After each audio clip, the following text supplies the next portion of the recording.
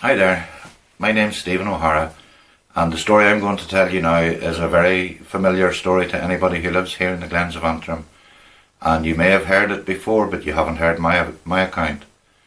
And it's the story of how the Giant's Causeway came to be built.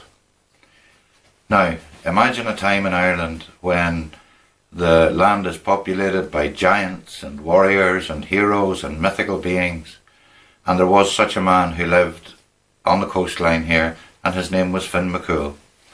And of course Mac in Irish means the son of, so he was Finn the son of Cool, and that's who he was. And he was the leader of a band of warriors known as the Fianna, and it was the Fianna's job to protect the king. And it was a very large army for the times. Some accounts have an army of 13,000 people who followed Finn, and Finn was such an important person in Irish mythology that there's a whole cycle of stories dedicated just to him, and they're known as the Finn cycle or the Fenian cycle. And anyhow, Finn at this time, he was living there, and he, like all giants, used to go to war with each other, and they would raid each other's cattle, and they would try to take property from each other.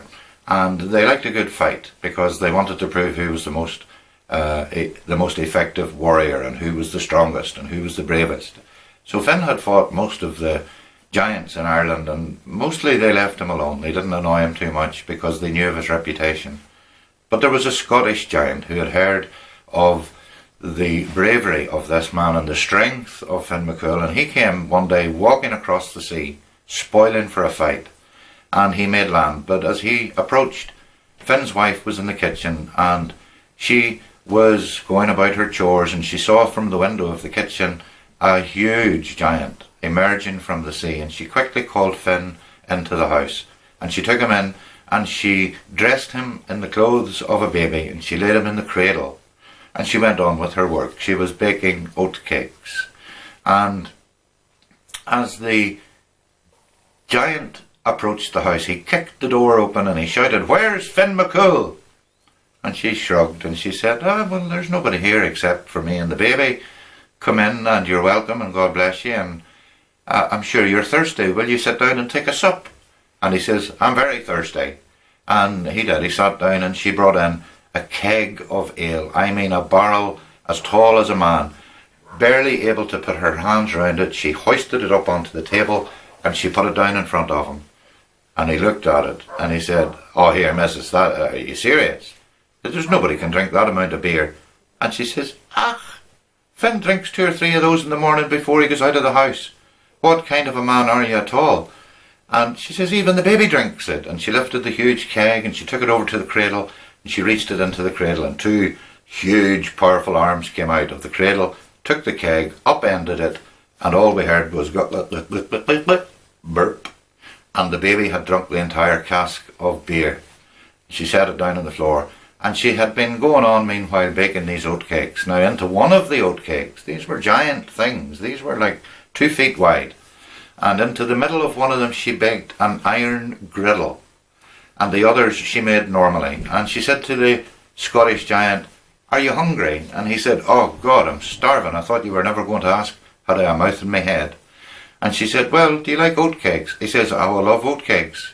Where is your husband anyway?" And she says, "He'll be back presently, don't worry about it, just you wait and I'll get you a bite to eat." And she brought over the oat cake with the iron griddle baked into it, and she reached it to the giant, and he put it up to his mouth, and he took a bite, and immediately he broke 2 teeth. There was a trickle of blood running down his cheek, and he said, "Missus, those things are inedible. Nobody could eat. What kind of food are you making here?"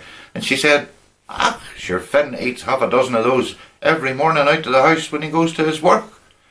And she says, "Even the baby eats them." And she took one of the normal oat cakes over to the baby, and 2 huge, hairy, knuckled hands came out, and they took the oat cake, and there was just a flurry of crumbs and a burp, and the baby had scoffed the whole lot.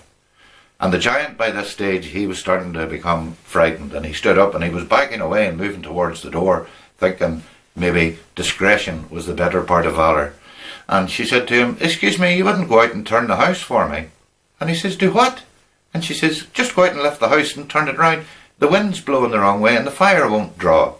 And he says, nobody can turn a house. What do you mean turn a house? And she says, well, if the wind's blowing the wrong way, Finn always turns the house for me. And he says, oh, Mrs. Here, actually, do you know, I've somewhere else I have to be. And he turned and he ran towards the shore. And as he got there, Finn jumped out of the cradle in the house and he ran out the kitchen door and into the yard. He poked his hand into the earth and he lifted up millions of tons of earth and he threw it after the retreating giant. And the pieces that fell from his hand formed the Giant's Causeway in several of the Scottish islands and perhaps the Isle of Man. And if you're looking at a map of Northern Ireland, look right in the centre of it and you'll see there's a very large lake called Loch Ness. It's Europe's largest inland lake, and this is where Finn macCool placed his hand into the earth. And that's the evidence for how the Giant's Causeway came to be built.